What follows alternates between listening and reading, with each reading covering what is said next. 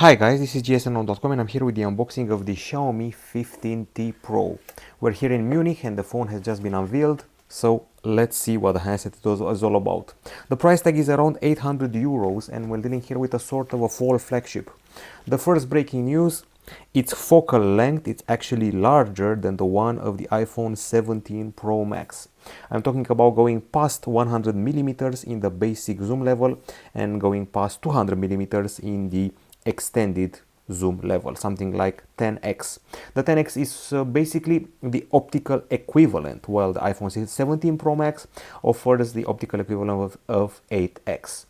Now, one of the first caveats I found about this phone is the fact that it comes with HyperOS 2.0 applied on top of Android 15. It doesn't have HyperOS 3.0, which should come with a later update. It does have some pretty narrow bezels, 1.5 millimeters in thickness, but it's an unboxing, so let's see what's inside the box.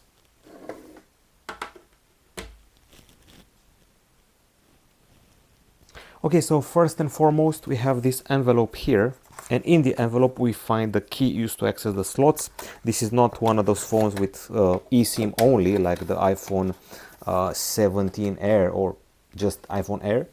Now in the box we have this cable going from USB-C to USB-A. And here in Europe, the European Union requires phone makers to provide this. It's a sticker showing the energy consumption, battery life, resistance to drops, and ease of repair, IP68 certification, and battery cycles. As well as obviously a bunch of manuals, instructions, info, and all of that jazz. Plus a case used to protect the device flexible and grippy, increases the grip. That's everything available inside the box. You don't have a charger, so yeah. There are some bonuses in some countries which may bring you the 90-watt charging available on the handset. Now, the colors available here, this is sort of like a bronze. They're calling it Mocha. That's one of the names for this color. Actually, there are supposed to be multiple hues with a similar name pattern here. So I'm talking about something like, let me just find it. It's black, gray, and Mocha Gold. That's what they're going for here, Mocha Gold. Anyways, now we have a metal frame which is flat and helps with the grip. A flat backside aside from the camera module is more protruding than the Xiaomi 14T Pro. That's what it feels like. The backside is covered with not just glass, but glass fiber, which is pretty unusual nowadays. The thickness is just below 8 millimeters, better said 7.96 millimeters.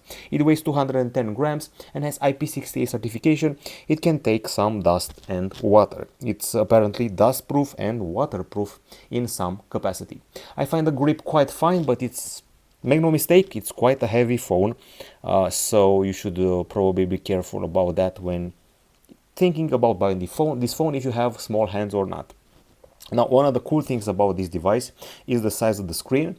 We have a pretty generous display here, 6.83 inches of the AMOLED variety, 140 Hz refresh rate, and eye care technology. It has Gorilla Glass 7 eye protection, 3200 nits. The latest iPhones only have 3000 nits and that's it. So this one is supposed to be brighter than the latest iPhones on the market, iPhone 17 series. If you want the actual resolution, 2772 over 1280 pixels, and we also have a pretty generous touch sampling rate, 480 Hz, which should probably be useful for gamers. I've already tested the device, as you can see for yourself here, so you can see some of the vivid colors of my pictures. Now, if you want to learn more about the handset, this is the Xiaomi 15T Pro, and it comes with a pretty generous setup here. I'm actually shocked by the version we're getting here. Now, we have 1 terabyte of space here. There are versions with 512 and 256 gigabytes of storage, and the processor is a MediaTek Dimensity 9400 Plus. I'm not sure if you've heard about the processor before. It's an octa-core chip, 3 nanometer. You saw it before on things like the Galaxy Tab S11 series, the tablets which was announced recently at IFA in Berlin. Now, 12 gigs of LPDDR5X RAM is available here as well, and we can obviously confirm all of that from here, from the IDA applications, where everything is confirmed, the storage, and it's UFS 4.1, by the way, which is pretty impressive for a fall flagship, which is not an average flagship. Now, aside from that, aside from UFS 4.1 and all of those, you also find a special 3D ice loop cooling system inside. And things get even better, even though we're not going to the crazy capacities of nowadays batteries. We have a pretty impressive 5500 mAh here, which charges a 90 watts via wire and 50 watts wirelessly. On the acoustic side of things, you don't see any cutout at the top side. The secondary speaker is here and the main speaker is here at the bottom side next to the USB-C 3.2 port. We have Dolby Atmos technology, 3 microphones, and as far as connectivity goes, I would say we're fully covered with anything that's demanded, from Wi-Fi 7 to 5G, Bluetooth 6.0, NFC. We have an in-display fingerprint scanner in the bottom part of the screen for security's sake, and this is where things get really serious. Now, in this punch hole here at the top side rests a typical Xiaomi 32 megapixel camera with f2.2 aperture and 90-degree capture. At the back side, the camera module has separated the flash. The Xiaomi 14T Pro had the flash here integrated in the module. Now it's been externalized and we have this I would say this approach. So as you can see here clearly a periscope camera, but before I get to that, we have the Leica here. We have Leica Sumilax lens for the main camera. The main camera is a 50 megapixel shooter with OIS, f1.6 aperture and a Light Fusion 900 sensor.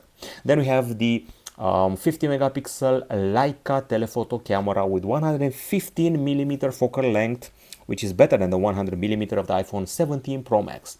Optical image stabilization, f3.0 aperture, and finally we have a 12 megapixel camera, which is the ultra wide one, 120-degree capture. And speaking of capture, there are quite a few options here. You can even go up to 8K when filming, which is something that I would say usually flagships do. Aside from that, we have HDR10 support and even log and loot. So when I'm talking about log and loot, you can go here and swap from photo to video and mess around with all the settings and maybe decrease the lighting a bit if you want, and multicam setup, log setup and things like that are available. Now the camera options are a bit classical. We have documents if you're a student, we have portrait with filters included here, some of them inspired by films, generally inspired by Leica. We also have the master portrait technology and these extra features here, and you can also set up the aperture, and the master portrait and Leica portrait are also applicable to the portrait camera, which is obviously a telephoto one. The regular photo shows you that we have 2x zoom and 5x zoom. This is optical zoom, make no mistake. The telephoto camera has 5x optical zoom, but can also deal with larger zoom levels with a special fusion technology. Here we have HDR and super macro, we have motion capture, and we have like a authentic or vibrant depending on the style you enjoy. But wait, there's more. There's slow motion, panorama plus, panorama, fast shot, long exposure, ultra HD, time lapse, and super moon if you want to capture the moon.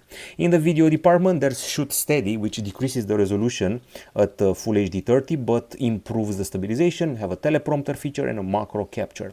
The pro mode you already saw, and I would say that's pretty much it, unless I'm forgetting anything. And of course you can also take a raw capture if you really want to. Now I think we have talked plenty about the camera, and it's time to address the software. It's HyperOS 2.0 applied on top of Android 15, and if I pinch this, you're getting those cool widgets. The widgets are now much more cool than they were on MIUI, much improved, better looking than what Huawei is offering with MIUI these days, that's for sure. Of course, the core of the experience here is the fact that you have circle to search, for example, and you can do this. It can recognize songs, it can find anything that's on the screen, has the AI overview, you can ask follow-up questions about it, and of course you can translate whatever is on the screen. Of course, Gemini Live is part of the package, and it recognizes everything that you say to it, and Gemini Live can make a project, and you can also share the screen with you, you can also chat with it, and you can also share the camera with it. Those are the things available here in multiple languages, by the way. Aside from that, there's a dedicated section for AI, Xiaomi Hyper AI here, and what I said is just the tip of the iceberg. So AI manifests like this: AI writing. So if you're writing a text here, you'll be supplied with some extras here. So yeah, if you have a piece of text, you can do this. You have your writing tools, you can do proofreading, rephrase, change the tone, and what have you. Of course, you can also have things like rewritten text, for example, and also you can have your recorded audio for your voice transform into text. So this is AI writing. We have dynamic wallpapers, so you can make a static photo of the sea, a more dynamic one.